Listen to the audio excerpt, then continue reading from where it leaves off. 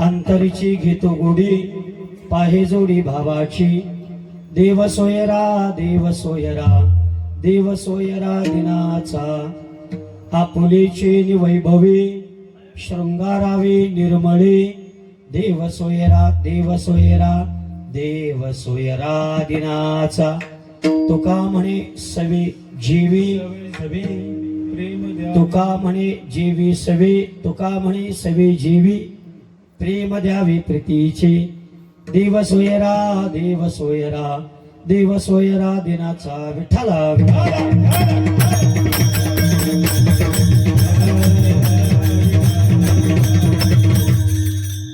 अंतरीची घेतो गोडी पाहे जोडी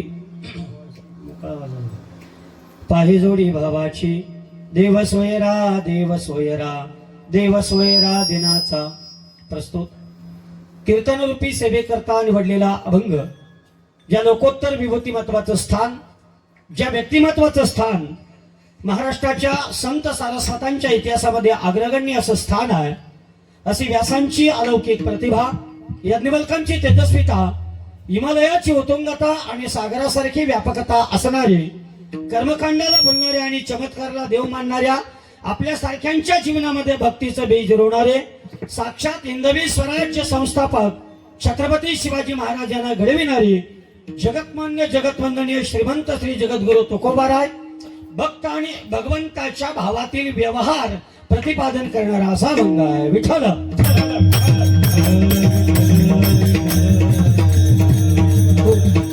या अभंगामध्ये जगद्गुरु तुकोबाराय भक्त आणि भगवंताच्या प्रेमाचं दिग्दर्शन या अभंगाच्या माध्यमातून करतात.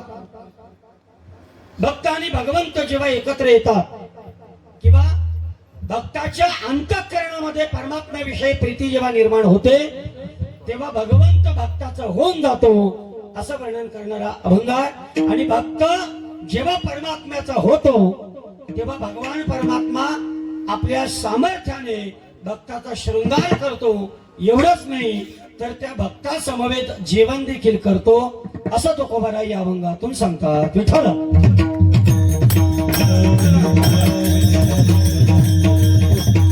आज आपल्या या कशाई शेत ना कशाई मला वाटलं कसाई शेत आहे की नाही. कसाई शेत वाडीमध्ये सुंदर असा हा अखंड हरिनाम सोहळा होतो. मला फार आनंद वाटला इथे आल्यानंतर. मला भाईने सांगितलं होतं की भाई म्हणतात की महाराज तुम्हाला अशा गावामध्ये यायचं आहे ज्या गावामध्ये वनवासी आदिवासी आमचा ठाकूर समाज राहतो. आणि मी इथे आल्यानंतर मला असं वाटलं की ह्या जाती इथे आल्यानंतर संपून जातात. मला इथे आल्यानंतर असं वाटलं की साक्षात शबरीच्या गावाला आलो का काय. इतकी सुंदर घरं आहेत त्या घराईपेक्षा सुंदर मनं आहेत आणि त्यातल्या त्या तुमचे कलर थोडे इतरांपेक्षा भारी आहे. त्यामुळे मला फार आनंद वाटला इथे आल्यानंतर. मी मस्त जेवलो. फणसाची भाजी होती, फ्लावर बटाटे होते, पापड होते, लोणचं होतं, सगळं होतं आणि मला फार समाधान वाटलं. आणि भाईंचं कौतुक तानाजी महाराज तुमचं कौतुक यासाठी आहे का ज्या आदिवासी खेड्यापाड्यापर्यंत आतापर्यंत कोणी पोहोचलेला नव्हता दुर्भिक्षित दुर्लभ घटकापर्यंत आपण पोहोचलात. त्यांच्या घरांमध्ये टाळ मृदुंगाचा गजर घुमवलात. त्यांच्या चुलीवर कालपर्यंत मच्छी आणि मटण शिजायचं त्यांच्या चुलीवर शाकाहारी जेवण शिजू लागलं. ज्यांच्या घरामध्ये देवाचा पता नव्हता त्यांच्या घरात तुम्ही देवघर निर्माण केले. खऱ्या अर्थानं तुमच्या सगळ्या वारकरी संप्रदायाचं कौतुक आहे विठ्ठल.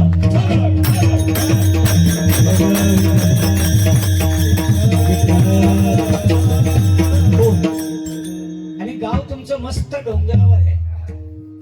त्याला मी नेहमी सांगत असतो, टेकडी मा बिस तर राजा मा दिसा असं म्हणतात तुम्ही लोक, आहे? त्याला सांग परशा कट जा असतं मग मा सांग जास वाडीत मग छान वेगळे असं गाव आहे. असं हिल स्टेशनवर आल्यासारखं वाटतं. मी तर म्हणेन कधी कधी लोकांना, कशाला तुम्ही खंडाळा लोणावळ्याला जाता, याच्या पुढे आपण कशाही वाडीत येऊया, आहे की नाही? आणि मी जर पुढच्या वर्षी मला लवकर तुम्ही कळवला तर माझं कीर्तन नसलं तरी मी 2 दिवस या वाडीत राहायला येईल, लक्षात ठेवा. मला फार समाधान वाटलं. आणि जर मी आमच्या भागांमध्ये, आमच्याही भागामध्ये आम्ही फार सुंदर काम केलंय. आदिवासी वाड्यांमध्ये मंदिरं निर्माण केलेली आहेत आणि ही निर्माण मंदिरं करून तुम्ही धर्म संस्थापनेचं सगळ्यात मोठं कार्य करताय. आज इथे हनुमंतरायाचं मंदिर आहे आणि सुंदर आहे, गाव फार सुंदर आहे. त्यामुळे मला फार समाधान वाटलं. भाईनी मला सांगितलं महाराज असं असं आहे. मी म्हटलं भाई काही काळजी करू नका, मी कीर्तनाला येईन म्हणजे येईन. आणि मी इथपर्यंत आलो आणि मी तुम्हाला पुन्हा शब्द देतो, मी पुन्हा येईन, मी पुन्हा येईन आणि मी पुन्हा येईन. आणि मी 2024 ला मी पुन्हा येईन. तुम्ही टेन्शन घेऊ नका. विठ्ठल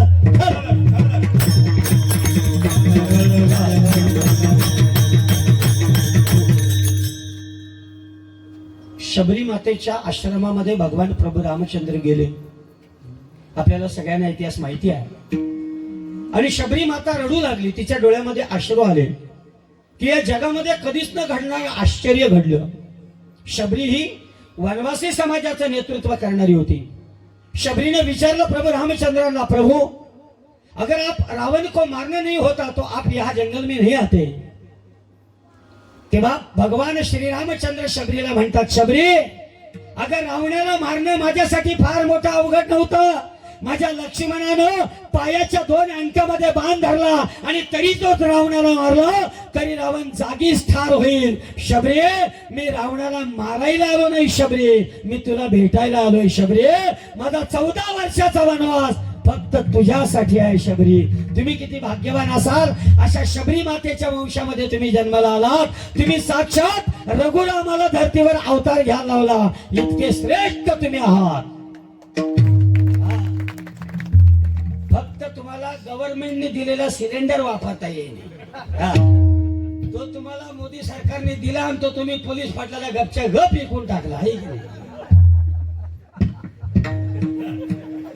फार चांगली गोष्ट झाली इथे. कालपर्यंत आदिवासी समाजाचा विकास वस्तू देऊन होईल असं वेगवेगळ्या संस्थांना वाटत होतं. म्हणून संस्था ब्लँकेट देत होत्या, संस्था कपडे देत होत्या, संस्था पुस्तकं देत होत्या, संस्था चटया देत होत्या. पण एखादी वस्तू देऊन एखाद्या दुर्लभ समाजाचा विकास होत नाही, तर त्या समाजाला विचार दिल्याशिवाय तो समाज सुधरत नाही. हा विचार आपल्याला अनेक संतांनी आपल्याला दिला आणि हा विचार ज्ञानेश्वर महाराज तुम्ही सगळेजण देत आहात.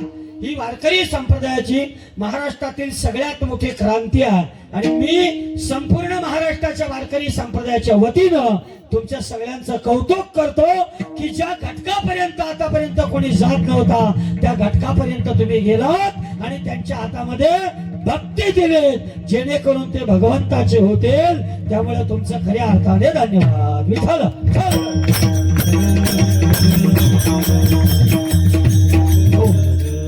खूप दिवसातून तानाजी महाराज करोड माझ्या समोर बेसलेले आहेत. कोरोना नंतर मला वाटलं मी पण मेलो आणि त्यांना असं वाटलं होतं कैलास पण मेला भाई. कोरोना नंतर खात्री नव्हती कोणाला कोण जगेल कोण राहील याची. आणि तुम्हाला तर काय इथं काय कोरोना कुठलाच नसतो. हा तुमच्या जवळ इथं रोग येणारच नाही. हा कारण सोमाटाईट ना रोग कशाला येईल महाराज त्यात आहे. त्याच्यामुळे इथे जंगलामध्ये सुंदर असं वातावरण आहे आणि या वातावरणामध्ये तुम्ही हा अखंड हरिनाम सोहळा करता. आजचा अभंग निवडण्याचा उद्देश असा आहे, सप्ताह 2.5 दिवसाचा आहे. त्यामुळे हा अभंग निवडण्याचं कारण आहे. आणि शबरी आणि भगवान प्रभू रामचंद्र यांच्या मिलनाचा जो सुयोग आहे तो सुयोग या ठिकाणी साधलेला आहे. त्यामुळे सकल देवतांना नमस्कार करतो, सकल संत मांदियाळीला नमस्कार करतो आणि या अभंगाच्या चिंतनाला सुरुवात करतो. मस्तक हे पायावरी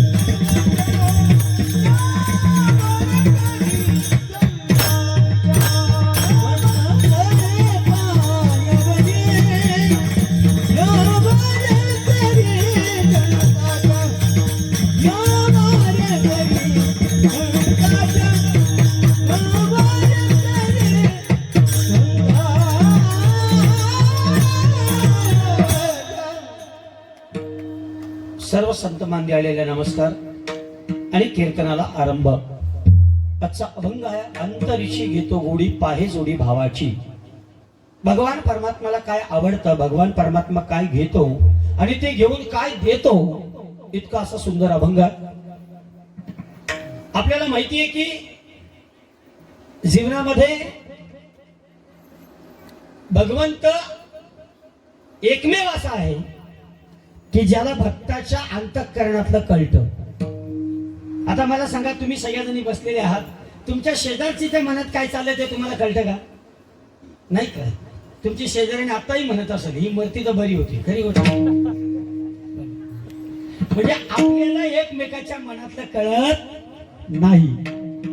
किती असू दे, जवळचं नातं असू दे, त्याच्या मनात काय चाललंय ते तिला कळत नाही, तिच्या मनात काय चाललं ते तिला कळत नाही. नवरा बायको असू दे, बाप मुलगा असू दे, की कोणी असू दे. याचा अर्थ असा आहे, मानव हा असमर्थ प्राणी आहे, त्याला एकमेकाच्या मनातलं कळत नाही. तुम्हाला एक साधी गोष्ट सांगून जातो. एक उंदीर माहिती तुला? तुला माहिती आहे? त्याच्यासारखा दिसतो, मधल्यासारखा. आता उंदीर एक दिवशी असा जंगलामध्ये फिरायला निघाला. आता उंदीर फिरायला निघाला, पुढे गेल्यानंतर उंदराला एक उंट विडी पेताने दिसला. उंट काय पेताने दिसला रे? तू विडी पेताने उंट दिसला. आता उंदीर त्या उंटाला सांगतो, अरे वेडा आहेस तू, हे धूर काय पोटात घालतोस, त्याच्याने आतड्या खराब होतात, जीवनाचा सत्यानाश करतोस, सोडून दे विडी.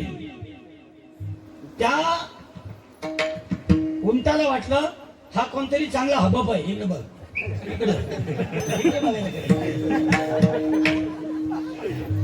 म्हणजे असं आहे, वाक्य संपलेला पूर्णविराम आला का मग स्वाध्यायाचा, म्हणजे वाक्य संवादाचा हे चुकत नाही.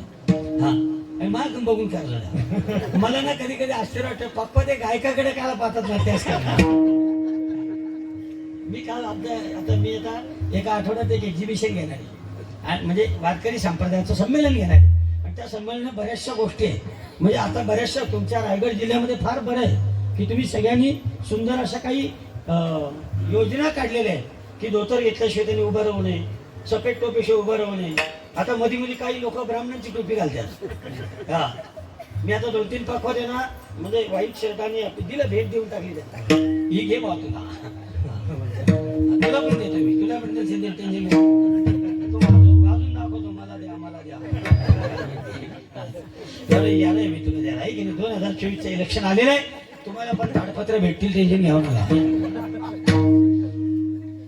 तर तो तुझं नाव काय रे? हा, त्याचं नाव काय काय? एवढं लांब नाव कोण द्यावं तुला? अभिराज.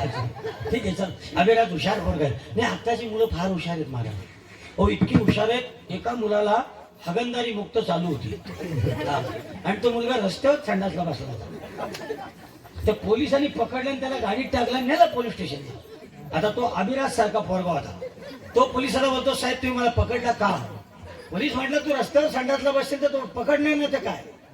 मग तो अभिराज म्हणाला, साहेब तुम्ही मला कोर्टात सिद्ध कसं कराल का मी रस्त्यावर बसलो होतो?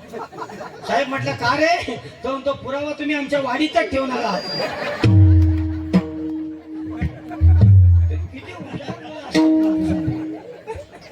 असाच अभिराज हसला. अभिराज त्यांनी व्हॉट्सअपला त्या भुऱ्याचं भाषण पाहिलं का? हा, व्हॉट्सअपला भुऱ्याचं भाषण आलं ना? अरे मी पाहिलं ना भुऱ्याचं भाषण, ऐकव का तुला? हा, भुऱ्या संघ मा संघ चॉकलेट देश आहे की नाही? सगळा देश ना मनात मताना देश, अशी परिस्थिती. मी थोडीशी आपली, कारण मी पण तुमच्या खेड्यातलाच. माझा कलर ना तुमचा कलर सेम आहे, दिसत नाही का? आता पटलं का? हा, मग त्यांच्यापेक्षा बाबा वेगळा वाटला का? त्यांना काहीतरी वाटतं, त्याला वाटलं पाहिजे बाबा आपल्यातलाच आहे. हा, मी पण तुमच्यातलाच आहे, एकदम मस्त पैकी. मला कलर पाहिजे ना, 25 वर्ष झाली फेअर अँड लव्हली लावतो, काही बदल आहे? याला याला याला पक्की लावायला पाहिजे फेअर अँड लव्हली.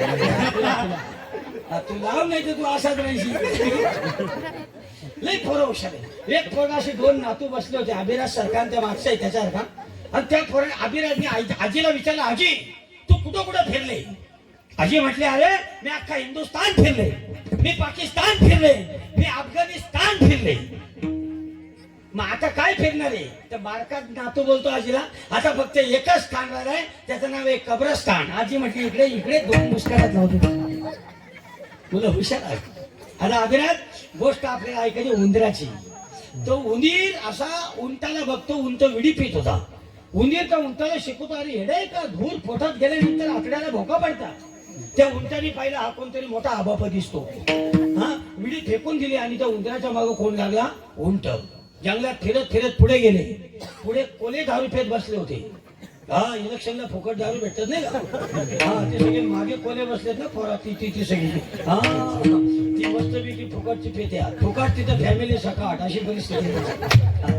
तर तुम्हाला सांगतो, तर त्या कोले दारू पेत बसले होते. त्या उंदराने त्या कोल्याने सांगितलं, अरे वेडेत का तुम्ही? अरे दारू पिल्याने लिव्हर खराब होतं, परमार्थाला लागा.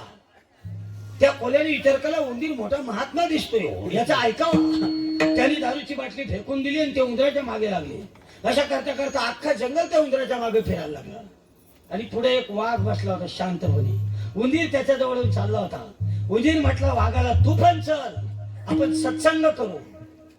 वाघाने उंदराच्या 2 कानफडात मारल्या. उंदीर डायरेक्ट गोंदावला पडला. बाकीच्यांना आश्चर्य वाटलं की वाघाने याला का मारला, इतका चांगला ज्ञान सांगतो तर तो वाघ त्या बाकीच्याने सांगतो, येडे हो, सकाळपासून तुम्ही याच्या मागे फिरता, यो सकाळी 2 भांगाची ग्लासा पेतो, हा सकाळी 2 भांगाची ग्लासा पेतो आणि सगळ्या लोकांना ज्ञान वाटीत शिकतो. मला पण 2 दिवस त्यांनी या ज्ञान वाटला. मी त्याच्या मागे फिरून फिरून दमलो. मग मला कळला का ह्यो सकाळी टाईट असतो आणि आपल्याला ज्ञान शिकवतो. याचा अर्थ असा आहे, त्या उंदराच्या मनात काय होतं हे बाकीच्यांना कळलं का? बाकीच्यांना नाही कळलं. आणि कळत नाही का? कारण बाकीचे सगळे असमर्थ आहेत. पण भक्ताच्या मनात काय चालतं हे भगवंताला कळतं. कारण भगवान परमात्मा हा सर्वज्ञ आहे. विठ्ठल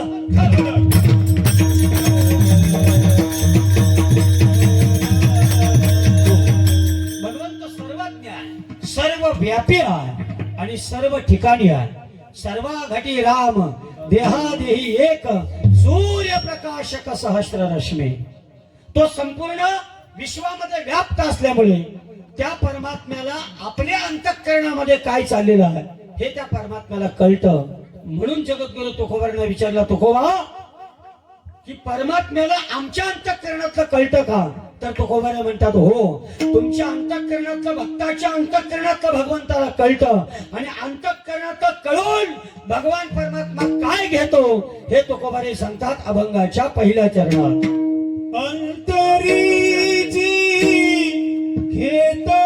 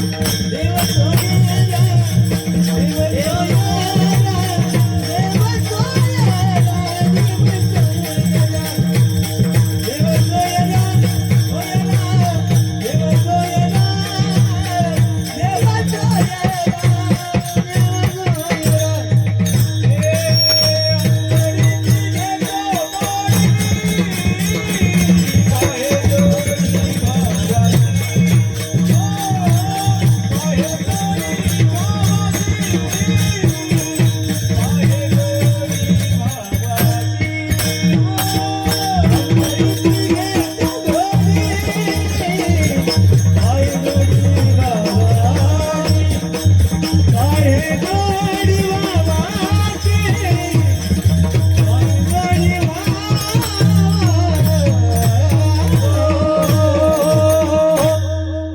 अभंगाच्या पहिल्या चरणामध्ये भगवंत सांगतात, जगद्गुरु तुकोबाराय सांगतात, अंतरीची घेतो गोडी. याचा अर्थ आहे भक्ताच्या अंतःकरणात काय चालू आहे ते भगवंत जाणतो, कारण परमात्मा हा सर्वात्मक आहे. ज्ञानेश्वरीमध्ये ज्ञानोबाने वर्णन करतात, तैसा हृदयामध्ये रामू असता सर्व सुखाचा आरामू. तो प्रत्येकाच्या हृदयामध्ये व्याप्त आहे, म्हणून त्या परमात्माला प्रत्येकाचं हृदय माहिती आहे. आपल्या हृदयात काय चाललं एकमेकाच्या ते एकमेकाला कळत नाही, पण परमात्म्याला आपल्या हृदयात काय चाललं ते कळतं. एक साधं उदाहरण तुम्हाला सांगतो. रामायणामध्ये जेव्हा भगवान प्रभू रामचंद्राला नदीच्या या तीरावरून त्या तीरावर न्यायचं ठरलं, तुम्हाला माहितीये केवट हा एक समाज त्या काळामध्ये होता. केवट एक जमात त्या काळामध्ये होती. जरी त्याचं आपण नाव केवट म्हटलं तरी केवट ही एक वेगळ्या प्रकारची एक त्या काळातली एक वर्ग होता. तो वनवासी वर्ग म्हटला जात होता. भगवान प्रभू रामचंद्र त्या बाजूला त्याला घेऊन गेले आणि घेऊन गेल्यानंतर त्याच्या मनात काय चाललं हे भगवान प्रभू रामचंद्रांनी जाणलं. प्रभू रामचंद्र त्याला विचारतायत की आता माझ्याकडे द्यायला तुला काही नाही आहे. तेव्हा केवट सांगतो, भगवंता मला आता तुम्ही काही देऊ नका, मला वेळ आली की मी मागल्याशिवाय राहणार नाही. भगवंताने त्याच्या मनातलं जाणलं आणि केवटाला आमंत्रण दिलं, केवट जेव्हा मी अयोध्यामध्ये परत येईल तेव्हा अयोध्यामध्ये जेव्हा माझा राज्याभिषेक होईल तेव्हा राज्याभिषेकाचा प्रमुख अतिथी तू असशील. मोठी अभ्यासाची गोष्ट आहे. केवट हा भगवान प्रभू रामचंद्र 14 वर्ष वनवास संपल्यानंतर जेव्हा भगवान प्रभू रामचंद्राचा राज्याभिषेक झाला तेव्हा त्या राज्याभिषेकाचा प्रमुख पाहुणा केवट होता. केवट आला नाही म्हणून भगवंताने राज्याभिषेक थांबवला. केवट आल्यानंतर केवटला काय द्यावं हा प्रश्न सीता मातेला पडला, म्हणून सीता मातेनं आपल्या बोटातली अंगठी हळूच करून काढली, भगवान प्रभू रामचंद्राच्या हातात दिली. भगवान प्रभू रामचंद्राला सांगितलं ही अंगठी तुम्ही केवटला द्या. आणि भगवान प्रभू रामचंद्रांनी अंगठी घेतली, केवटला देणार. त्यांना माहिती होतं केवटला अंगठीची आवश्यकता नाही. प्रभूजी त्या केवटला म्हणतात, केवट अब तो मैं अयोध्या का राजा हूं, अब तो मैं अयोध्या का राजा हूं, मांगो केवट मांगो, आपको क्या चाहिए. जब मैं वनवास में था तब मैं आपको कुछ दे नहीं सकता था, अब तुम मांगो केवट तुम्हें क्या चाहिए.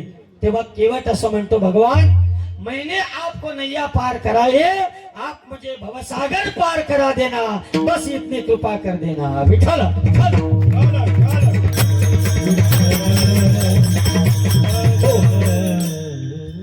म्हणजे केवटाच्या मनात त्यावेळी काय सुरू होतं, त्याला काय हवं आहे हे भगवान प्रभू रामचंद्रांना त्यावेळी ज्ञात होतं. याचा अर्थ भक्त भगवंताच्या मनातलं जाणतात. आणि म्हणून जगद्गुरु तुकोबारे सांगतात, अंतरीची घेतो गोडी. आपल्या अंतःकरणातली गोडी परमात्मा घेतो. आणि पाहे जोडी भावाची.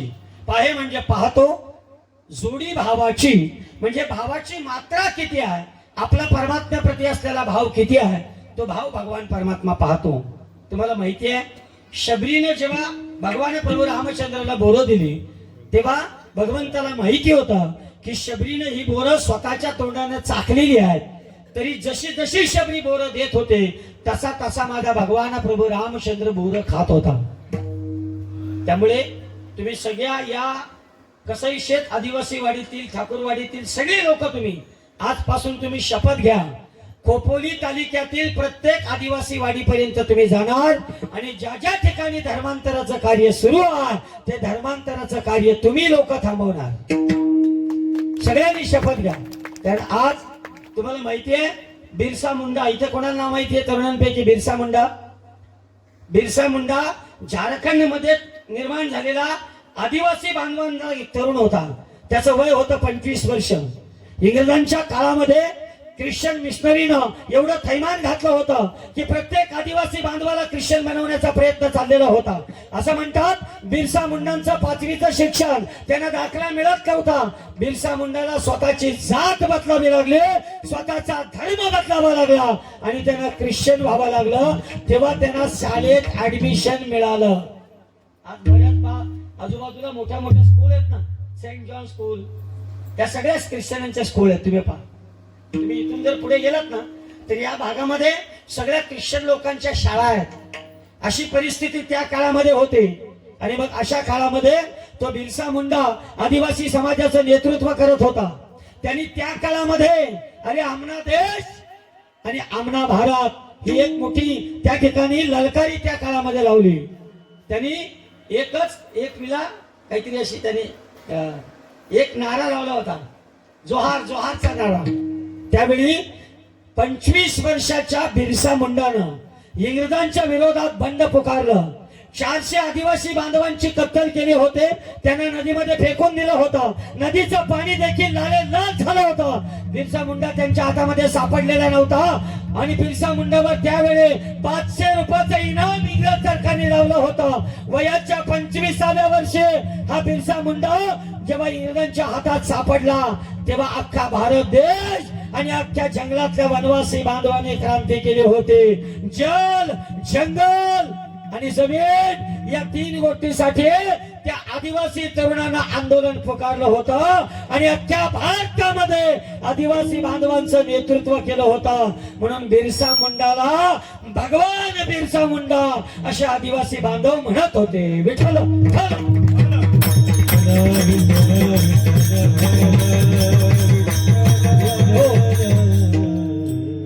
त्यामुळे आता ही तुमच्यावर नैतिक जबाबदारी आहे. कारण प्रत्येक आदिवासी वस्ती पाड्यांमध्ये ख्रिश्चन मिशनरी आलेले आहेत. आणि ते ख्रिश्चन मिशनरी आपल्याला काहीतरी वस्तू देतात. अंगाला ताप आला तर काहीतरी गोळ्या देतात आणि सांगतात की येशू तुझा ताप बरा करील. आणि तुम्ही त्याला लोक भुलता आणि मग घराघरांमध्ये आपले देव फेकून देता. मला सांगा ना, जर भगवान प्रभू रामचंद्र म्हणत असतील ते शबरीला, जे तुमच्या समाजाचं नेतृत्व करीत होते, ते भिल्ल समाजाचं नेतृत्व करत होते, ते जंगलामध्ये वनवासामध्ये राहत होते, आणि भगवान प्रभू रामचंद्र तिला म्हणत असतील की शबरी मी रावणाला मारायला वनवासाला आलो नाही, शबरी मी फक्त तुझ्यासाठी आलो आहे. किती मोठी गोष्ट आहे, साधी गोष्ट आहे. म्हणजे तुम्ही अधिकारी आहात भगवान प्रभू रामचंद्राचे. त्यामुळे आता भगवान अयोध्येमध्ये रामाचं मंदिर झालेलं आहे. आता आपल्या घराघरात भगवान प्रभू रामचंद्र मनामनात भगवान प्रभू रामचंद्र निर्माण करा, उभे करा. कुणाची हिंमत होणार नाही आपल्या वस्ती वाड्यांकडे पाहण्याची. पटतं का तुला? मान हलवतो जसा का जरांगे पाटील येतो सगळ्यात त्यालाच कथा आहे की नाही. चला अभिषेक ना काभिराम अभिराज इथलाच गावातलाच का? मग गोंदावत म्हणता का? वा ठीक आहे. मग हा शहर तर या गावातला असेल ना. मग तू पण गोंदाव झाला. तुझा कलर एवढा डाऊन कसा काय? असं छान आहे. तू गोड फोड काय तो माझा सगळा दिसतो. तर मग माझा सुरात भाव आहे. माझ जोडला येतो का तुला लगेच घेऊन टाकतो. तुझी एक किडनी विकतो आणि मी नवीन गाडी देतो. ते काय होते इथे गंमत अशी विषयाला कुठले हात घालावून काही बोलावं तो प्रश्न पडला मला तुमच्याकडे. तुम्ही माझ्याकडे असे बघता का जसा का मी देवेंद्र फडणवीसच आहे. या बाजूला एकनाथराव शिंदे, या बाजूला अजितदादा पवार आणि सगळे नरेंद्र मोदी खाली बसले. हरकत नाही. बऱ्याच दिवसातून मी आलो ना. तुम्ही लोक आता मधल्या काळामध्ये मी पण तिकडे इतका बिझी आहे की म्हणजे वारकरी तत्वज्ञान विद्यापीठाचं काम, आमच्या खेड्यापाड्यातलं काम आणि जे घेतलं होतं काम छत्रपती शिवाजी महाराज मंदिराचं ते काम पूर्ण झालेलं आहे. आणि मार्च महिन्यामध्ये त्या मंदिराची ओपनिंग आहे. आणि ती ओपनिंग अयोध्येमधल्या रामाच्या मंदिरा एवढी मोठी करायची आहे. फार मोठं मंदिर झालं. 1.5 एकर मध्ये 10 कोटी रुपयाचं छत्रपती शिवरायांचं मंदिर उभं राहिलंय. आणि माझं स्वप्न होतं ते स्वप्न दादा साकार झालं. आता काय, आता रामाने अगदी उचलून नेला तरी मला काही गम नाही. कारण मी फार कष्ट केले त्या सगळ्या गोष्टीसाठी आणि फार स्वाभिमानाने राहिलो. वाकलो नाही, झुकलो नाही. वारकरी संप्रदायाचा स्वाभिमान मिरवत राहिलो आणि या सगळ्या गोष्टी झाल्या. मला फार समाधान वाटतं. आता फक्त असा टेकडीवर जागा घ्यावी, एखादा फार्म हाऊस बांधावा आणि तुमच्या घरांची दगडी मारावा. एवढी एक इच्छा आहे. मस्त आहे का तिला पाहिलं मी फार भारी येतो महिला मंडळ जीव द्यायला एक नंबर फार माणूस. जर तुम्ही उडी टाकली ना ढागा तर डायरेक्ट खाली असू दे हरकत नाही. पण तुमच्या या गावांमध्ये काही दादा तुम्ही इथला कोण कार्यक्रम तुम्ही ज्याच्या घरी जेवलो होतो काय त्याचं नाव भिवा शेठ बोलू त्याला आपण आता भिवा शेठ कठायचा. नाही मग फार मस्त माणूस होतो भिवा शेठ. त्याचं घर असं मस्त सारवलेलं आहे. मी मस्त जेवलो मला समाधान वाटलं आहे की नाही छान असं असे तू मार हा मग 2-4 बाटल्या रगात घेतो पुढचा पुढे बघू आपण. नाही पण मी खरेच बरं का गोंधळ आपला सप्ताह कधी असतो 8 तारखेला फेब्रुवारीच्या. आता नाही सध्या टाइम आहे फेब्रुवारी मध्ये सध्या मी माझा रेट पण वाढवला त्याच्यामुळे मग तो आता पुढच्या मंदिर झालं ना छत्रपती शिवाजी महाराजांचा त्या मागचा पुढचा विचारत नाही लाख रुपये द्याल तरच कीर्तनाला येतं मरू दे. हो फिरून काला पडलो मी. सांगा तुम्ही मला जेवणाचा पत्ता ना. आता इथून 5 वाजता घरी जाणार झोपणार किती सकाळी पुन्हा जाणार पुन्हा संध्याकाळी कीर्तन करणार असं करून थकलो मी आता बस. डोक्याला ताप झाला मग याच्यापेक्षा नेता झालेला परवडला. हो पाईपलाईनचा कॉन्ट्रॅक्ट घ्यायचा आणि पाईप टाकायचंच नाही. नुसतं नळ उभं करायचं असं. तुमची वाडीतली पोरं पबजी खेळते मागाशी 2-3 जण पाहिलं मी फ्री फायर खेळत होतो ते ऐकून त्याला गोळीत मारत होता डिचकाव तो तिकून त्याला गोळी मारत होता डिचकाव. हा 2-3 महिला तर हिंदी पण बोलत होत्या. हो भैया इथनं दूध पाताल काय को आता है पाणी मस्त नाही पाहिजे. गाव फिरला मी हुशार आहे. मी असं गाव फिरलो तरी मला लक्षात येतंय काय कुठं काय त्या. हा 2 दिवस बसते तो अख्खी पांढऱ्यातली कोंबडी पलवीन तुमच्या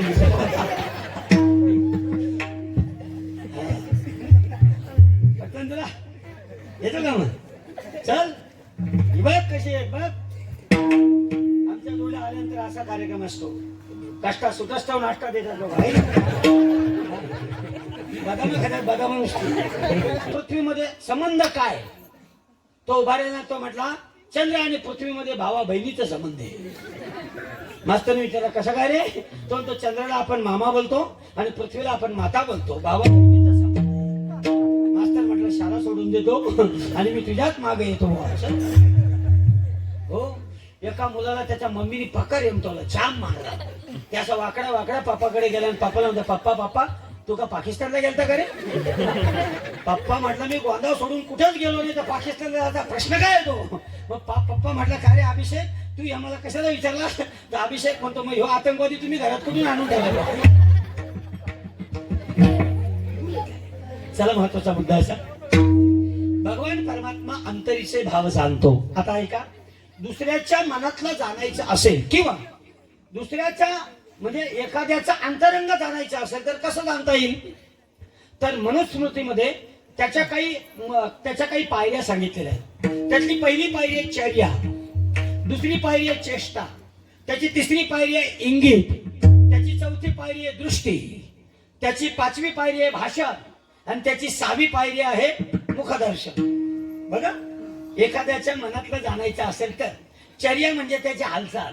म्हणजे आता काही लोक बसले असतील ना तरी खालची ताडपत्री फाईत असतील. म्हणजे एवढा मोठा भाग पाडला त्याला मजा वाटते आज. त्याच्या हालचालीवरून तो किती चंचल आहे कळतात. हा मग आता तुम्ही मुली पाहायला जाता की नाही पोरगी अशी बिस्किटे घेऊन येते एकदम अशी समजा तिने असं अप्पर टिपर मारला ना 2-3 टाइम असं का समजा माल फॉल्टी आहे बाबू. आता काही पोरं आहेत ना तुम्हाला सांगतो असे मुलगी पाहायला गेल्यानंतर बा असे राहतात ना जसं काय याला कुठल्याच प्रकारचं व्यसन नाही. एकदम त्या पोरीने समजायचा हा इतका गप बसलाय म्हणजे याचा अर्थ याचा कार्यक्रम आहेच भावा. हा मग शेवटी त्याच्या हालचालीवरून तुम्ही बघा ना तो काय हालचाल करतो याच्यावरून तो किती चंचल आहे किंवा तो कसा आहे हे कळतं. नंबर 2 चेष्टा म्हणजे काय गावात फिरत असताना किंवा आजूबाजूला हे करत असताना तो कोणत्या प्रकारची चेष्टा करतो म्हणजे बिहेवियर कसा करतो किंवा एकमेकाबरोबर कसा संवाद साधतो याच्यावरून त्या माणसाचा स्वभाव कळतो. स्वभाव कळायला काही फार दिवस लागतात अशातला काही भाग नाही. एकमेकाजवळ 10 मिनिटं जरी बसलो तरी आपल्याला कळतंय की बाबा किती खतरनाक येतो. सांगायची काय गरज आहे का तुम्हाला नाही. आणि तुम्ही तर त्यातल्या आमच्यापेक्षा व्याख्या तुम्ही कुठं चालली? हा. ती चालली अंगणवाडी सुरू झाली ना कालपासून. हा बंद होते वाटा नाही का पाल चालली ती बाई. बरेच दिवस अंगणवाड्या बंद होत्या. हा. आणि मग त्या मला त्या आश्चर्य वाटतं त्या कोरोनात त्या आशा वगैरे त्या महिला असतात नाही का, काय काम केलंय ते. त्या असं कोटबीट घालायची ती, जशी काय चंद्रावर आल्यात अशा. हा. आणि ज्याच्या घरात कोरोना झालाय त्याच्या दाराजवळ जायची, हा लांबूनच आवाज द्यायची, तापालाय का रे, जवळ जात नव्हती.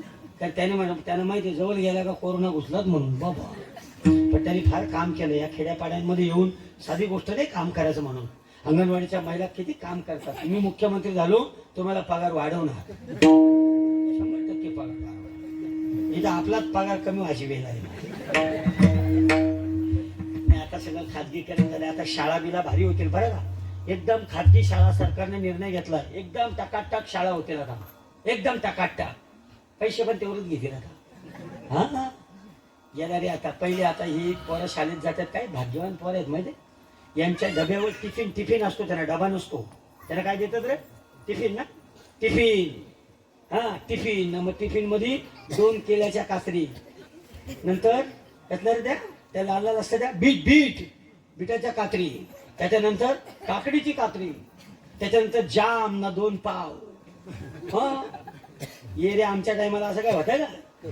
आमच्या टायमाला नुसता दांडूक घ्यायचा पापा, नुसता उपटे घालायला.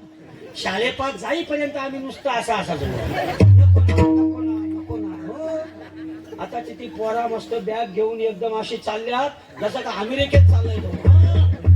मम्मी त्याला अशी टाटा करते का तसं का म्हणा मुख्यमंत्रीच वाहन चाललाय तो.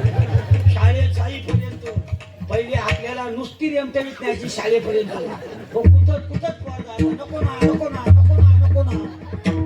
आणि कसा तरी शाळेत लोटला का मास्तर आपला बाप असायचा. मास्तर आपला बाप गेला का तो पास आणि आपल्याला कोपऱ्यात न्यायचा ना. मग मास्तर पण धक्का वाजायचा. आता ती मुलं भाग्यवान आहे, त्यांना दारासमोर गाडी आहे, ती अशी गाडीत बसत्यात मेकअप बिकअप करून. पोरापेक्षा मम्मीचा मेकअप जास्त असतो. हो ती 1 तास अगोदरच शाळेजवळ जाऊन पोहोचते आणि ती चॅटिंग करीत बसते. परिस्थिती निर्माण झालेली आहे अनलाईन एज्युकेशन सिस्टम. चला महत्वाचा मुद्दा असा मला त्याच्या सांगत तू महाजूरला रोज आला तुझा जर वजन कमी नाही झालं नाव काय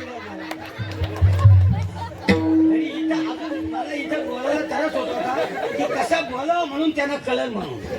कळलं का? तो रोज माझ्याकडे आला का तिकडे नुसता धिंगाणा असतो. उलट तुम्ही 45,000 येऱ्यावर दुसऱ्या लोकांना देता, मला 21च द्या.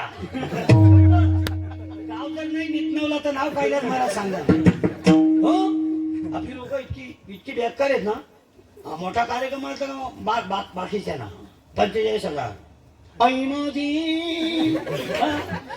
असं आम्हाला गाताच येणे बा. काय मला ना तुम्ही प्रबोधन करा याच्याने काय होतं माहितीये का.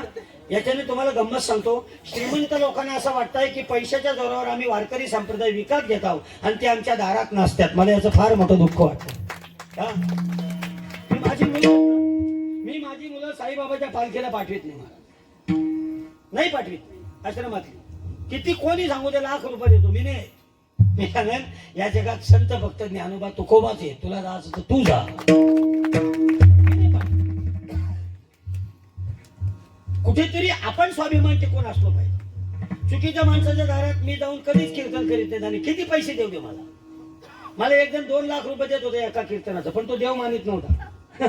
त्याला म्हटलं वारकरी संप्रदाय देवाशिवाय काही बोलू शकत नाही, तू देव मानत नाही, तुझं 2 लाख तुलाच ठेव, मी नाही येत कीर्तनाला. ते अर्घाच तू लगेच गेला होता 2 लाख. हा लगेच. हा कोणी टोप्या देऊ दे ना इलेक्शनला लगेच घालतात ती. बन्यानी देव दे लगेच घालतात. आता चड्डी घालतात मग गाणी बोलत येतात. माझ्या पप्पाने गणपती आणला. मी त्याचा बाप गणपती आणतो ना आमचा बाप का मारुती आणतो.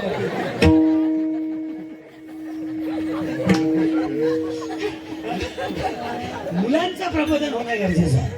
मला फार आवडलं. विनेकरी भेटला कुठे येऊ तुझ्या पायापर्यंत बरं का मी गेल्यानंतर येतो का जोरदार येतो. त्यांनी पाहिलं नको आपला बाबा येतोच बरं आहे. मला यायचंय दिवस येणार आहे. मी येतो आता मध्ये प्रॉमिस केलंय मी तुम्हाला आय एम कमिंग. हा I am coming in ashram and खेलिंग गोट्या.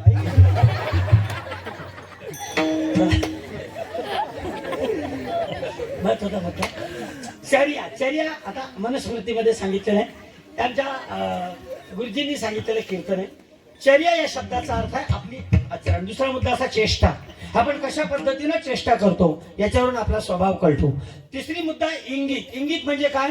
इंगित म्हणजे असं आहे की आपल्या अगोदर आपल्या मनात काय झालेलं आहे.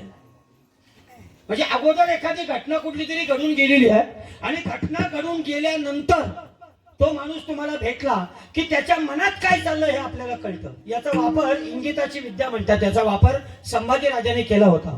एकदा संभाजी राजांना जेवणामध्ये विष घातलं होतं आणि ते विष शिजवणारी म्हणजे ते जेवण शिजवणारी जी बाई होती तिची छोटीशी मुलगी होती हिच्यासारखी आणि ती संभाजी राजा जेवायला बसला. ती संभाजी राजांकडे टकमक बघत बसली होती.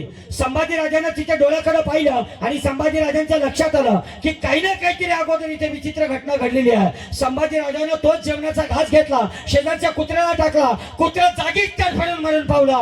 तेव्हा संभाजी राजांना कळलं की माझ्या जेवणामध्ये विष होतं. याला म्हणतात इंगिताची विद्या. विठ्ठल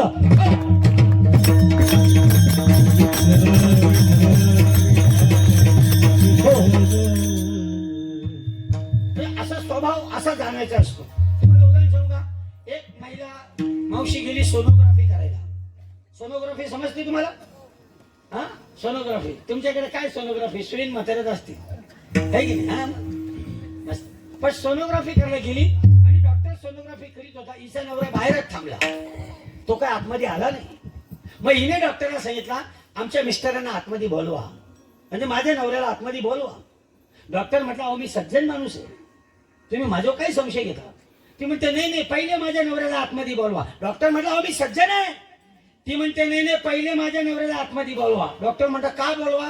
तर ती म्हणते तुम्ही सज्जन आहेत याच्यावर माझा विश्वास आहे. तुम्ही सज्जन आहेत याच्यावर माझा विश्वास आहे, पण आमचा टोनगा बाहेर आहे त्याच्यावर माझा विश्वास नाही. आणि बाहेर तुमची नर्स एकटीच आहे. पहिले त्याला आतमध्ये बोलवा. तिला माहित आहे ज्या अर्थी हा बाहेर थांबलाय त्या अर्थी गोलमाल हे भाई गोलमाल हे याला इंगित. हा पटतं तुम्हाला कीर्तन. आता बघा पहिलं सांगितलं मी चेष्टा, दुसरी सांगितलं मी दृष्टी. दृष्टी नजर. नजर कळते तुम्हाला? हा काही महिलांची नजर अशी असते ना की म्हणजे अशी बघते ती जसा का भस्म करून टाके.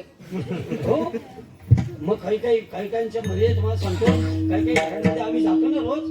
बाबा घरातली मावशी बघली ना तर लगेच कालता हिच्या घरी चहा प्यावा का नाही प्यावा. हो अशी बघत असते का जसा का दुश्मन आल्या घरात. हा मग आम्ही तिथे चहा वगैरे पित नाही. बऱ्याचदा तुम्ही तुमची नजर कशी पाहिजे माणसं माहिती का? चंचल नाही पाहिजे. हो एक नवरी अशी लग्नामध्ये बसली होती खालीच मान घालून. लोकांना वाटलं पक्की सज्जन नाही. तिला शेजारची करवली म्हणते वर बघ. ती म्हणते का बस. ही म्हणते वर बघ. ही म्हणते का बस. मग ती करवली मागची म्हणते तू वर का बघत नाही? तर ही म्हणते नवऱ्याच्या मागे जो उभा आहे ना त्याचा ना माझा अगोदर होता तू का बस.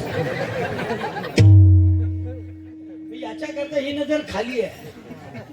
असू दे. तिसरी गोष्ट मुख चेहरा. चेहऱ्यावरून काय काय लोकांच्या कुठेही जाऊ दे त्यांचा चेहरा पडलेला असेच. हा मला नवऱ्याने नवरात्रीला 9 कलरच्या साड्या आणल्या नाही. 9 कलरच्या साड्या आणल्या नाही. बघ कधी चेहरा असा प्रफुल्लित पाहिजे एकदम असा एकदम. माझ्याकडे पहा बरं. मला काही तुम्ही नाराज पाहिलाय का? पाहिलं म्हणजे तुम्ही कधी पाहता मला पण मी कधीच नाराज नसतो. कधीच नाही. एकदम असा एकदम उत्साही असतो. एकदम पैसे असोत का नसो एकदम मस्त पैकी तसं तुम्ही राहायचं कधी. परिस्थिती कशी असू द्या माणसाने जगायला शिका. सहज मस्त हसायला शिकायचं. हसत जगायचं. शेजारीने साडी घातली तरी आपला तोंड पाडला. आता तिच्या नवऱ्याकडे पैसे तिने आणली 5,000 साडी. तुझा आपला काही नाही त्याच्याकडे नसू दे. चेहरा नेहमी उत्साही ठेवायचा नेहमी. आणि जर तुम्ही उत्साही असलात ना तर तुम्ही पॉझिटिव्हिटी मिळते माणसाला. आनंद मिळतो. संभाजी राजा एवढा होता याच्या एवढा तू किती केवढा आहेस रे? एवढाच आहे पण तुम्हाला गंमत सांगतो हो, त्या मिर्झा राजा जयसिंगाचं मन जिंकलं संभाजी राजाने मन. तो मिर्झा राजा जयसिंगाच्या डोळ्यात डोळे घालून संभाजी राजा बोलायचा. त्या मिर्झा राजा जयसिंगाला वाटलं या मुलामध्ये एवढा कॉन्फिडन्स आला कुठून. याचा अर्थ असा आहे, त्या छोट्याशा बालकाच्या दृष्टीमधला जो आत्मविश्वास होता, तो आत्मविश्वास जर आपल्यामध्ये असेल तर आपण कोणती गोष्ट करू शकतो. आता ऐका, मी तुम्हाला 6 मुद्दे सांगितले.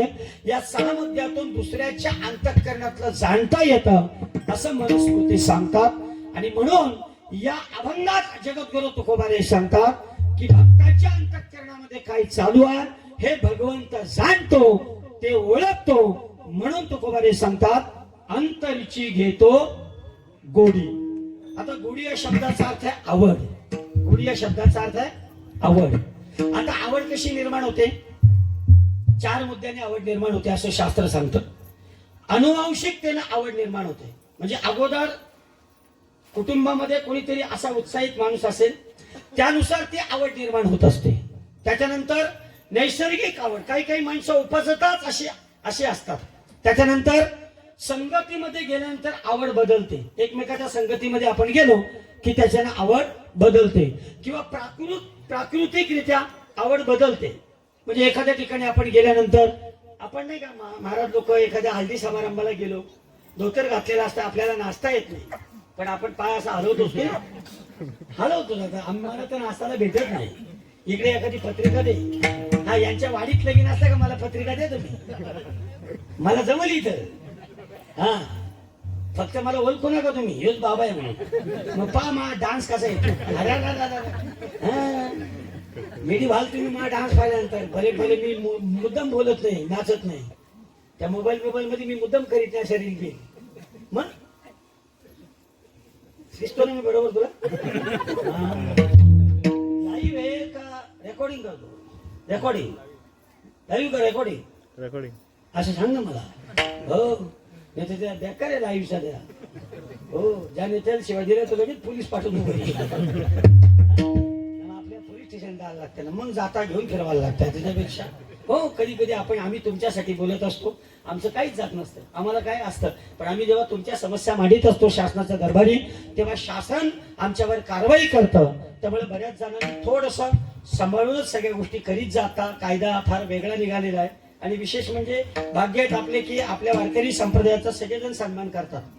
सगळेजण, फक्त टोल नाक्यावरच कोणी काही पैसे त्यांना विचारला का, अरे टोल माफ करणार, टोल तर तुम्ही का बिना पाकिटशी आला का? भर म्हणजे भर सर नीट जाऊ द्या. चला महत्वाचा मुद्दा असा, अंतरीची घेतो गोडी तो. आणि मग पाहे जोडी भावाची, भावाची जोडी भगवान परमात्मा पाहतो. आपल्या अंतःकरणामध्ये किती भाव आहे याचं कारण आहे, जर भगवंताची प्राप्ती करायची असेल तर भावाशिवाय परमात्म्याची प्राप्ती होत नाही. आणि भक्तीला जर भावाची जोड नसेल, भक्ती प्रेमावीण ज्ञान नको देवा असं म्हटलेलं आहे. त्यामुळे भक्तीमध्ये भावाची अपेक्षा आहे. आणि भाव जर आपल्या भक्तीमध्ये असेल तर भगवान परमात्मा देखील आपलं ऐकत असतो. एक साधं उदाहरण तुम्हाला सांगतो.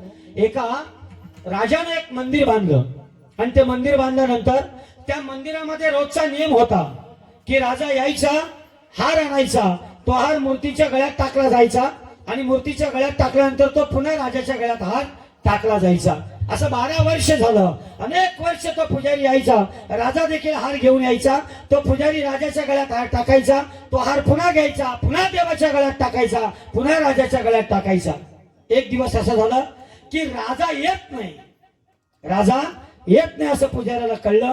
पुजाऱ्याने तोच हार घेतला आणि स्वतःच्या गळ्यात टाकला. इतक्यात कोणीतरी सांगितलं, राजासाहेब येत आहेत, राजासाहेब येत आहेत, राजासाहेब येत आहेत.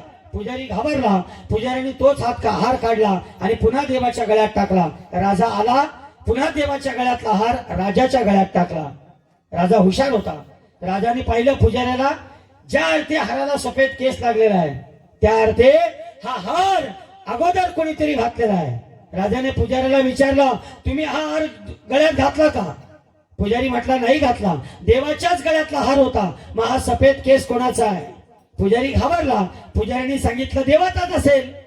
राजा म्हटला, हे बघ, जर देवाचा सफेद केस नसला, उद्या मी सकाळी येतो, देवाचा मुकुट काढून पाहतो, जर सफेद केस नसला तर तुझी मुंडकी या मंदिरातच कापतो. पुजारी रात्रभर झोपला असेल, पुजाऱ्यांनी रात्रभर देवाचा धावा केला, रात्रभर देवाचा धावा केला. सकाळी राजा आला, राजाने तलवार काढली, आधी राजाने मुकुट उतरवला आणि आश्चर्य काय, देवाचे केस पांढरे झाले होते. देवाचे केस पांढरे झाले होते. राजा आश्चर्यचकित झाला, पण राजाच्या मनात आलं, ज्या अर्थी देवाचे केस पांढरे झाले त्या अर्थी या पुजाऱ्यानं त्याच्या केसांना काहीतरी रंग लावलेला असेल. म्हणून राजानं केस घेतले आणि उपटायला सुरुवात केली. पाहतो तर काय, राजा आश्चर्यचकित झाला. त्या देवाच्या डोक्यातून रक्ताच्या चिलकांड्या वाहू लागल्या, रक्ताच्या धारा वाहू लागल्या. राजा अस्वस्थ झाला आणि मग मूर्तीतून आवाज आला, राजा, अरे आतापर्यंत तू मला फक्त दगडाची मूर्ती समजत होतास, पण हा पुजारी मला साक्षात भगवान परमात्मा समजत होता. म्हणून या पुजारीसाठी मला माझ्या डोक्यातून रक्त काढावं लागलं. याला म्हणतात देव भावाचा भुकेला. विठ्ठल.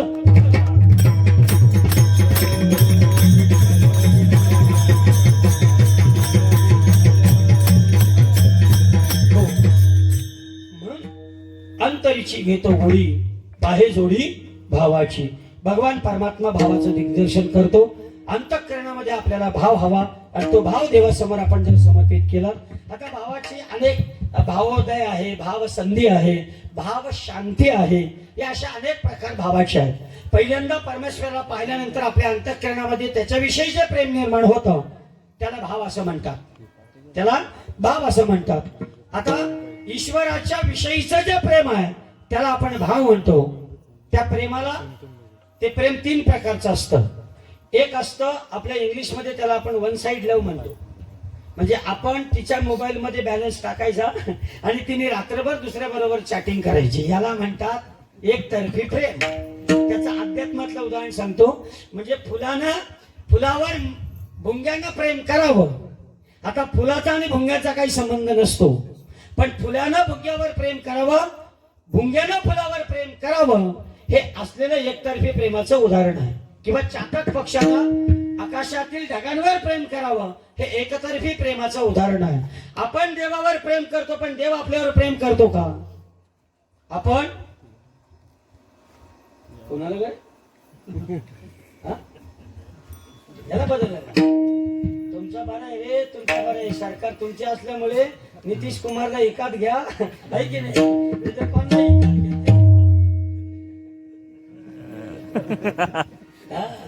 ओ यहाँ से यहाँ आ गया, अब यहाँ मंत्री हो जाएगा, सरकार स्थापन हो जाएगी. तू तर तू ना शिकव सगळं वाजवत हा.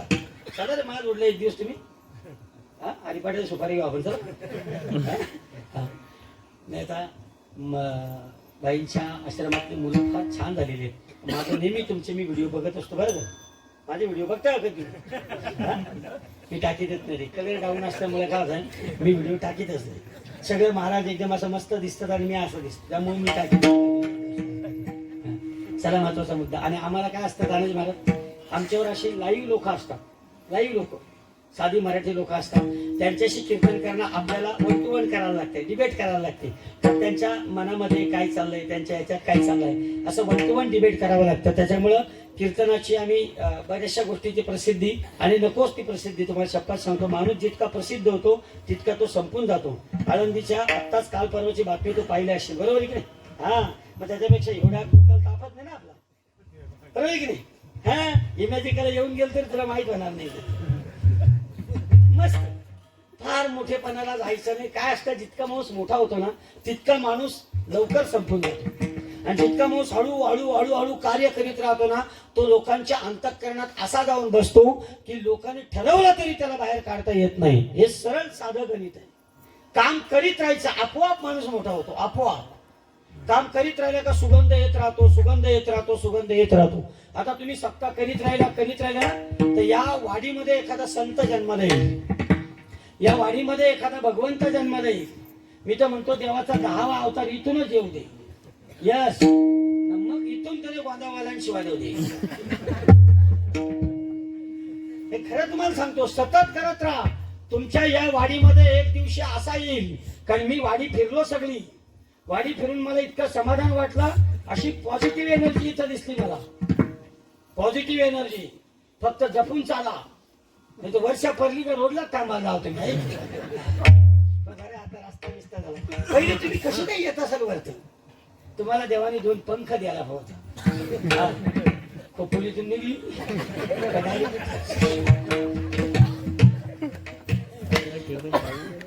अंतरीची घेतो गोडी, पाहे जोडी भावाची.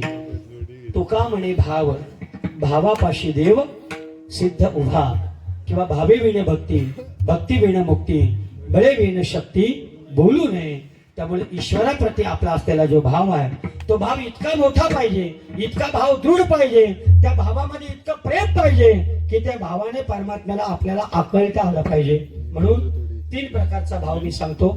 मी पहिला भाव सांगितला, ज्याला पहिलं प्रेम सांगितलं एकतर्फी प्रेम, त्याला असं म्हणतात. दुसरं प्रेम सांगितलंय परोक्ष प्रेम. परोक्ष प्रेमामध्ये कसं असतं माहितीये का, दोघे जण एकमेकावर प्रेम करतात पण त्याच्यामध्ये स्वार्थ असतो. म्हणजे नवरा बायको एकमेकावर प्रेम करते, पण त्या नवरा बायकोंमध्ये बायको नवऱ्यावर प्रेम करते का, तर त्याने पगार माझ्या हातात आणून दिला पाहिजे. आणि नवरा बायकोवर प्रेम करतो का, तर तिने मला जीव खाऊ घातलं पाहिजे. जगातलं सगळं प्रेम परोक्ष प्रेम आहे. संसारातल्या लोकांचं परोक्ष प्रेम आहे. का परोक्ष प्रेम आहे, कारण त्या परोक्ष प्रेमामध्ये दोघांचाही स्वार्थ असतो. तुकोबारे सांगतात, परोक्ष प्रेमाने तुम्ही परमात्म्याला आपलं करू शकत नाही. आणि तिसऱ्या प्रेमाचा विषय तादात्म्य प्रेम, त्याला म्हणतात. तादात्म्य प्रेम कशाला म्हणतात माहितीये, परमेश्वराचंच होऊन जाणं, परमेश्वराच्या व्यतिरिक्त दुसरं काही न सुचणं, याला म्हणतात तादात्म्य प्रेम. याचं एक साधं उदाहरण सांगतो. देहूवरून जगद्गुरु तुकोबाराय चाकणला मिरच्या विकण्यासाठी, व्यवसाय करण्यासाठी चालले होते किंवा जाऊन आले होते. आणि जगद्गुरु तुकोबारायांना ऊन पडलेला होता. एका झाडाखाली थांबावं असं तुकोबारायांना वाटलं आणि तुकोबारे एका झाडाखाली थांबले. तुकोबारे झाडाखाली थांबल्यानंतर मच्छर आले. मच्छर, मच्छर माहिती तुम्हाला, मच्छर. तिने अगरबत्ती लावता तुम्ही, ती ती अगरबत्ती काढणाऱ्याच्या पाया पडला पाहिजे. म्हणजे देवाला पण तो सुगंध आहे आणि मच्छरांना पण तो सुगंध आहे. तिने का अगरबत्ती असते, ती काय तिला बोलतात, कम्फर्ट. Comfort, comfort. म्हणजे देव पण एकदम कम्फर्ट अगरबत्ती लावले आहे की नाही. आणि मच्छर अनकम्फर्टेबल होतात. हो, अगरबत्ती लावल्या लावल्या मच्छर बोलत असतील, फला फला फला फला. हो, ती अगरबत्ती असते ती परोक्ष. काय सांगू तुम्ही, तादात्म्य प्रेम. जगद्गुरु तुकोबाराय झाडाखाली बसले होते. 2-3 मच्छर आले, जगद्गुरु तुकोबारायांच्या चावायला लागले. मच्छर तुकोबारायांच्या चावायला लागल्यानंतर तुकोबारायांच्या लक्षात आलं की यांना भूक लागलेली आहे. तुकोबाराय त्या मच्छरांना सांगतात, पाया पडतात तुकोबाराय आणि त्या मच्छरांमध्ये देव पाहतात. आणि तुकोबाराय त्यांना सांगतात, देवा देवा देवा थांब, तुम्हाला रक्त प्यायचंय ना, थांबा. बाहेर जातात, बाराबंदी काढतात आणि सगळ्या मच्छरांना बोलवतात, आता या. कारण मगाशी माझ्या अंगामध्ये जाड कपडे होते, तुमची चोच नरम होती, तुमची चोच त्याच्याने मोडली असती, म्हणून या. असं बोलल्या बोलल्या सगळं जंगलातलं मच्छर आलं आणि जगद्गुरु तुकोबार यांच्या अंगावर बसले.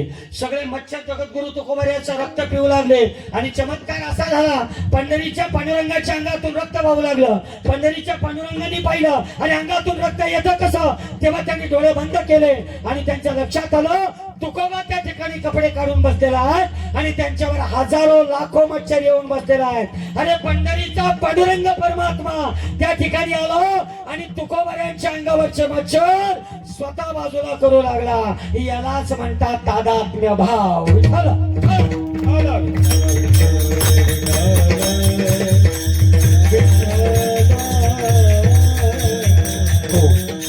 याला तादात्म्य भाव म्हणतात. आणि अशा तादात्म्य भावाला जेव्हा भक्त पोहोचतो तेव्हा त्या भक्ताचं अंतःकरण भगवान परमात्मा जाणतो.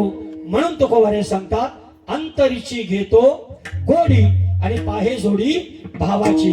भावाची जोडी पाहतो. कोणत्या भावानं हा माझा भक्त माझ्याकडे आकर्षित झालेला आहे.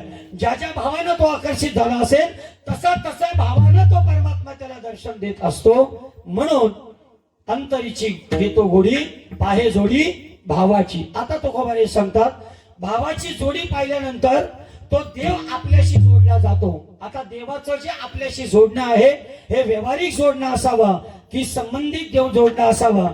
तर तुकोबारे सांगतात, देव इतक्या आपल्या जवळचा असला पाहिजे जितक्या जवळचा आपला सोयरा असतो सोयऱ्याला सोयऱ्याचं पडलेलं असतं, म्हणून सोयऱ्याचं पडलेलं असतं, म्हणून सर सकट आरक्षण घेण्याच्या ऐवजी सोयऱ्याला पण आरक्षण घेतलं. खरी गोष्ट पुढे गोष्ट याला म्हणतात काय, सोयरा. म्हणजे सोयरा सोयऱ्याचं कल्याण करतो. तसा भक्त आणि भगवंत याचं नातं सोयऱ्याचं जेव्हा निर्माण होतं तेव्हा भक्ताची काळजी भगवान परमात्मा घेतो.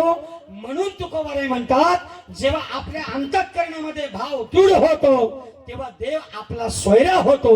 अभंगाचं दुसरं चरण. देव सोयरा, देव सोयरा, देव सोयरा,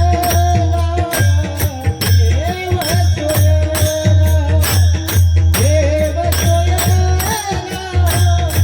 देव सोयरा,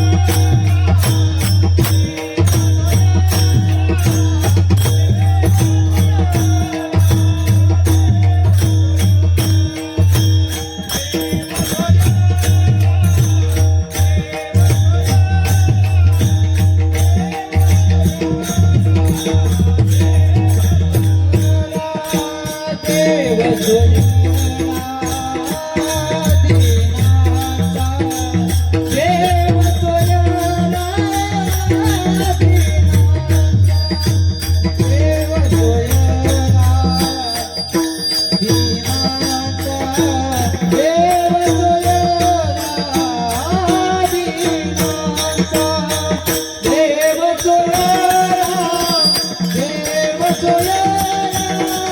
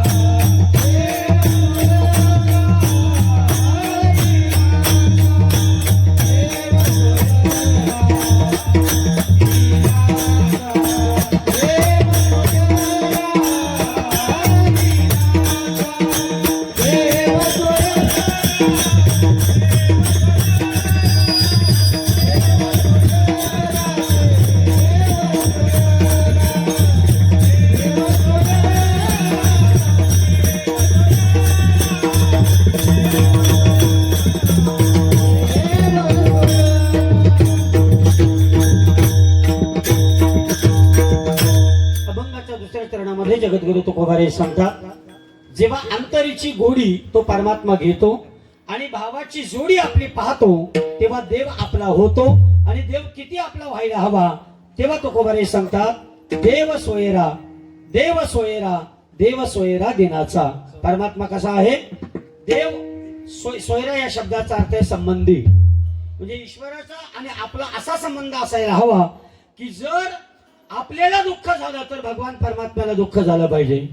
इतका देव आपला सोयरा व्हायला हवा किंवा आपण देवाचे सोयरे व्हायला हवे. आपण यमाचा पाहुणा प्राणी होय असं हरिपाठात ज्ञानोबारे सांगतात. आपण सगळे यमाचे पाहुणे आहोत पण आपण देवाचे पाहुणे व्हायला तयार नाहीत. तुम्ही ज्या दिवशी देवाचे पाहुणे व्हाल तेव्हा देव तुमचा सोयरा होईल. सोयरा या शब्दाचा अर्थ आहे संबंधी.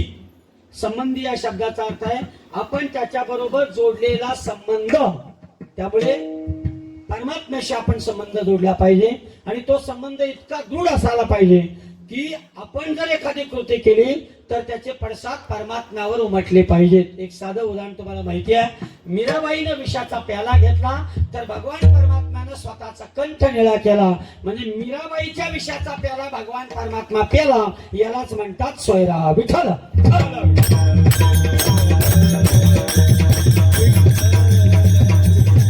हो, देव आपला सोयरा झाला पाहिजे. आता हा हनुमान आहे ना, तो हनुमान पण तुमच्याशी बोलू शकेल.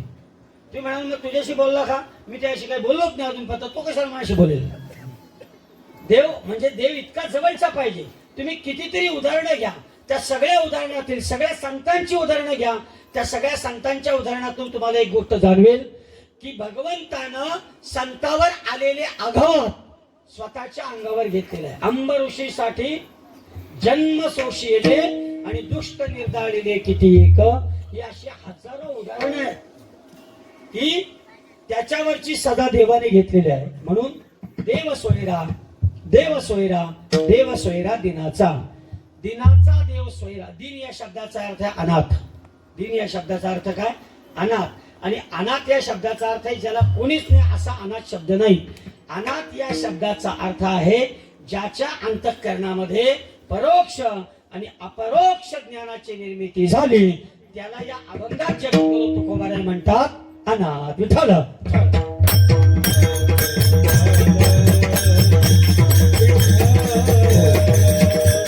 देव सोयरा, देव सोयरा, देव सोयरा दिनाचा. देव जेव्हा सोयरा होतो तेव्हा देव आपली काळजी घेतो. एक तुम्हाला जटायूचं उदाहरण माहिती असेल. जटायूनं जेव्हा भगवान परमात्म्याच्या मांडीवर देह ठेवला तेव्हा त्या जटायूला धन्यता वाटली. का? कारण देवानं त्याला प्रत्यक्ष स्वतःच्या मांडीवर उचलून घेतलं होतं. देव सोयरा. आणि हा देव सोयरा करायचा असेल तर संतांशिवाय देव सोयरा होत नाही.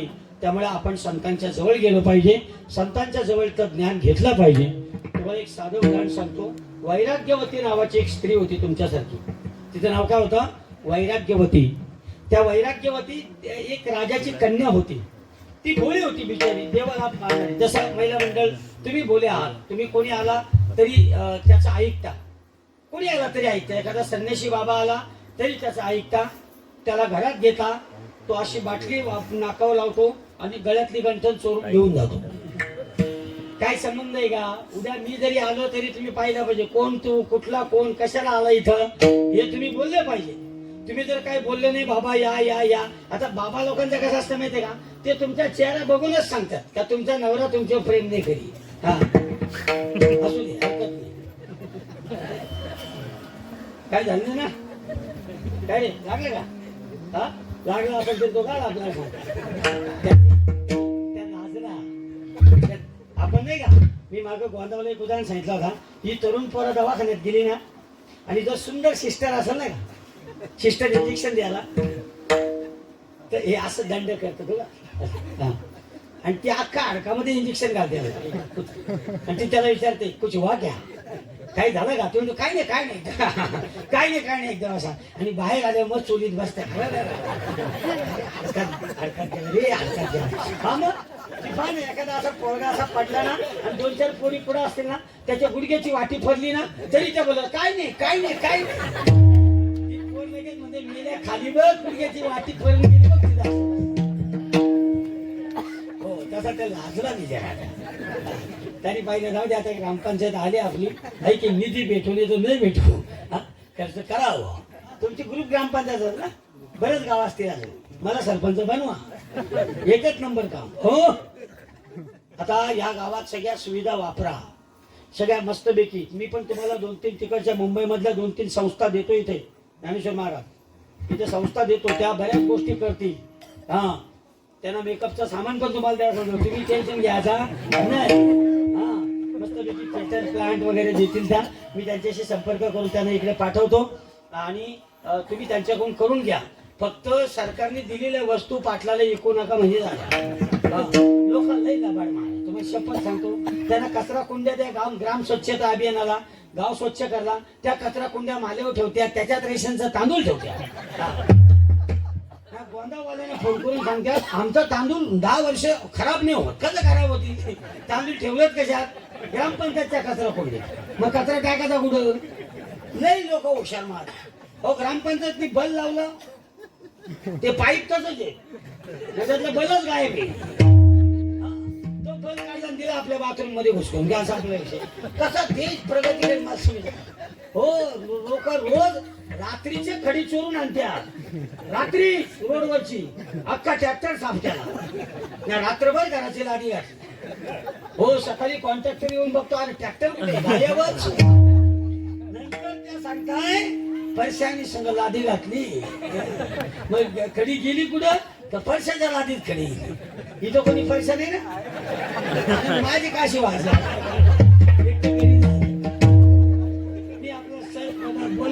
हो, नाही लोक हुशार. तुम्हाला लोकांची हुशारी काय सांगू? तुम्हाला एक सांगतो ऐका. एकाला 50,000 रुपये पाहिजे होते. किती हजार? 50,000 पाहिजे होते. तो काय करायचा माहितीये का? एक फुगा घ्यायचा, फुगा, आणि त्या फुग्याला एक चिठ्ठी लिहायचा आणि देवाला सांगायचा देवा 50,000 पाठव, फार अडचण आहे. तो फुगा जायचा आणि सरपंचाच्याच घराला अटकायचा. फुगा जायचा सरपंचाच्या घराला अटकायचा. सरपंच रोज चिठ्ठी वाचायचा देवा 50,000 रुपये दे. त्या सरपंचाने एक दिवशी विचार केला याला 50,000 नाही पण 25,000ची मदत करू आपण. त्यामुळे सरपंचाने आला बुवा.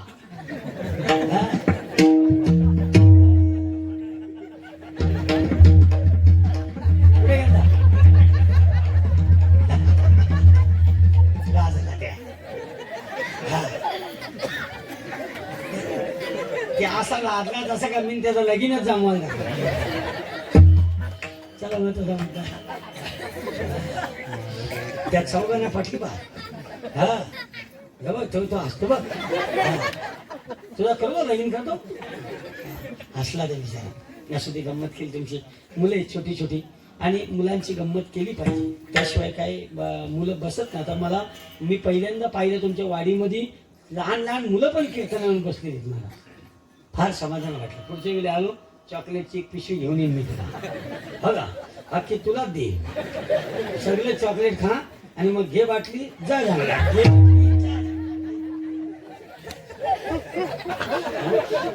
माझा आज मूड नाही तुम्हाला शपथ सांगतो. का नाही मला त्याच कळत नाही. माझा बॅकअप येणे म्हणून. ते तर तुम्हाला माहित आहे ना मी एखादा खतरनाक असा काम. तर आता मला काय होतं मला बॅकअप येत नाही. त्याच्यामुळं सिस्टम भारी तुमची. बरं का, सिस्टमचा काही दोष नाही. हो, फक्त आता ही सगळी मंडळी आहे ना जरा वेगवेगळी याची काय त्यांना काही कळलं नाही काय समाधान काही समजून हरकत नाही. तर चला दिनेश दादा पण बऱ्याच दिवसातून आलाय हो. तुला पाहिलं का मला असं वाटतं तुलाच बॉडीगार्ड घेऊन फिरावा.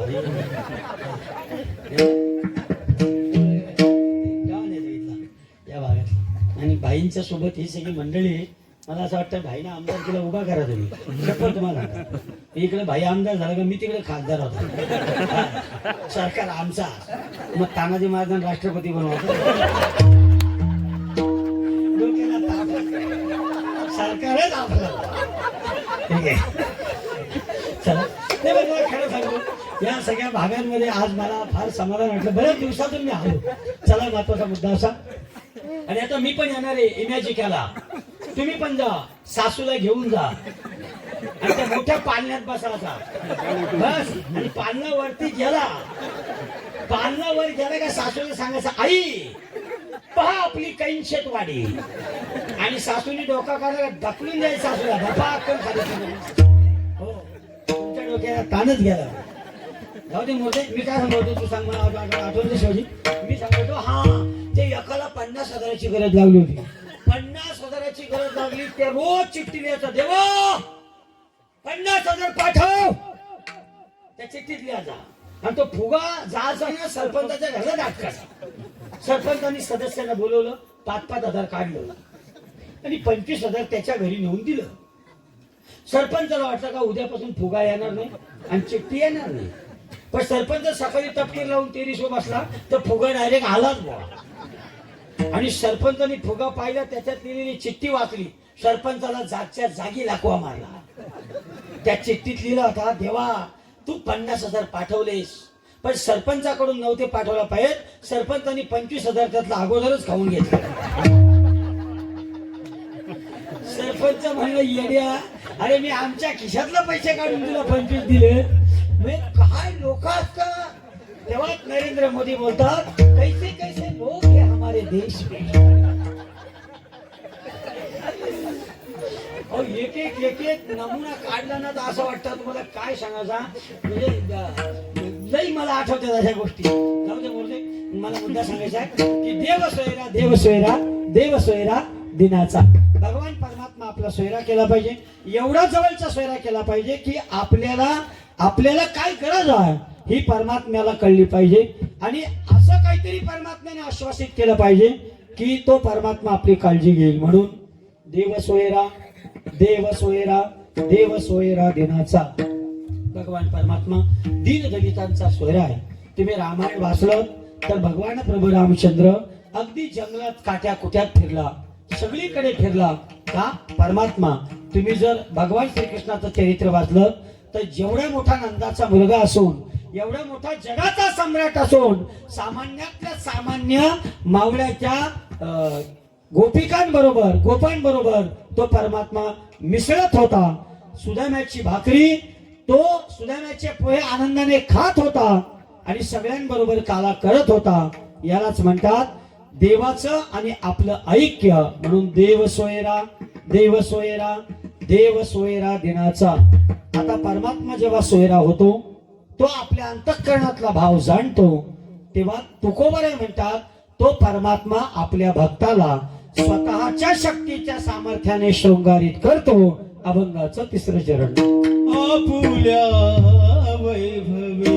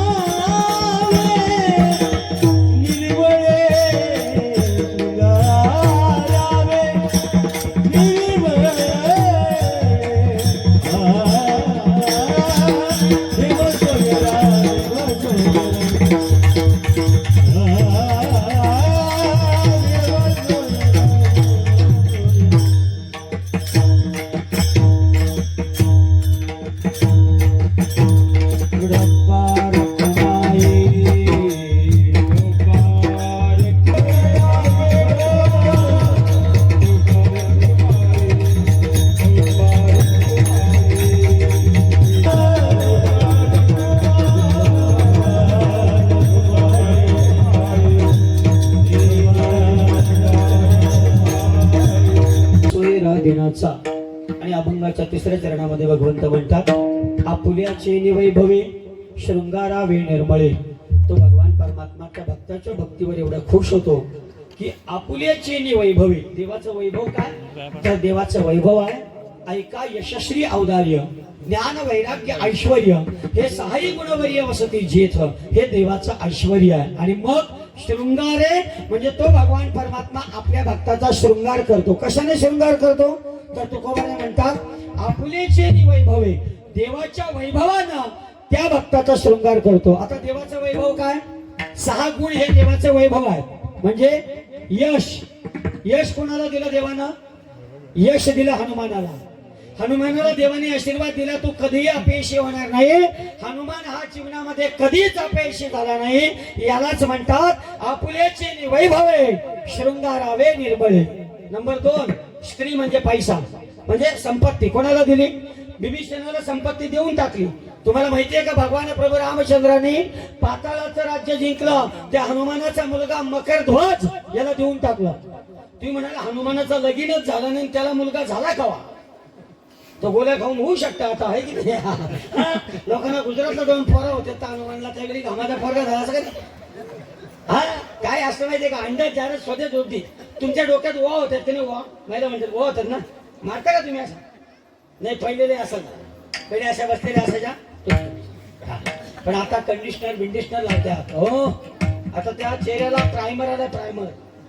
प्रायमर माहिती तुला? तुला तर माहिती आहे ना. प्रायमर म्हणजे कलर लावायच्या अगोदर आपण एक काहीतरी कोट लावतो का नाही, तसा असा लावला का लगेच चेहरा सुकतो. मग त्याच्यावर पावडर अशी थापून बसते ना, का जसं का प्लास्टर केला असं. हा, त्याला बोलतात प्रायमर. हा, प्रायमर बोलतात. त्या प्रायमर असा होता. तर मला मुद्दा सांगायचंय, मकरध्वज हनुमाने असा घाम टाकला, तो एका मगरीने गिळला आणि तो खालच्या खाली पाताळात राहिला. ते का वरता आला? वर आलाच नाही त्या. हो, आता इथं दोनदा पाहुणे येतो, तिसऱ्यांदा काय मारले तुमच्याकडे? तो तर दमल छाती फुटून. हो, ते पाणी भरता कुठून? हो, वा मस्त. मी आता दमलो मी आता. बाबा तुम्ही मस्तपैकी येता, रोज चढता. असं जर 10 दिवस चढला ना, तुम्हाला इंजेक्शन घ्यायची गरजच नाही. रोज सकाळी चढायचा रोज. आता तुम्हाला काही रोगच होईल आणि त्याला झाला जगा नाही द्या, जंगलात द्या. ती काय लोक पकी फिरले असतात ना, त्याला रोगच होईल. एकदा झाला का जगत स्वामा संघ कट जात, तर स्वामा संघ जगात झासायच नाही. दारुड्यांचं उदाहरण त्यांनी सांगितलं होतं नाही का?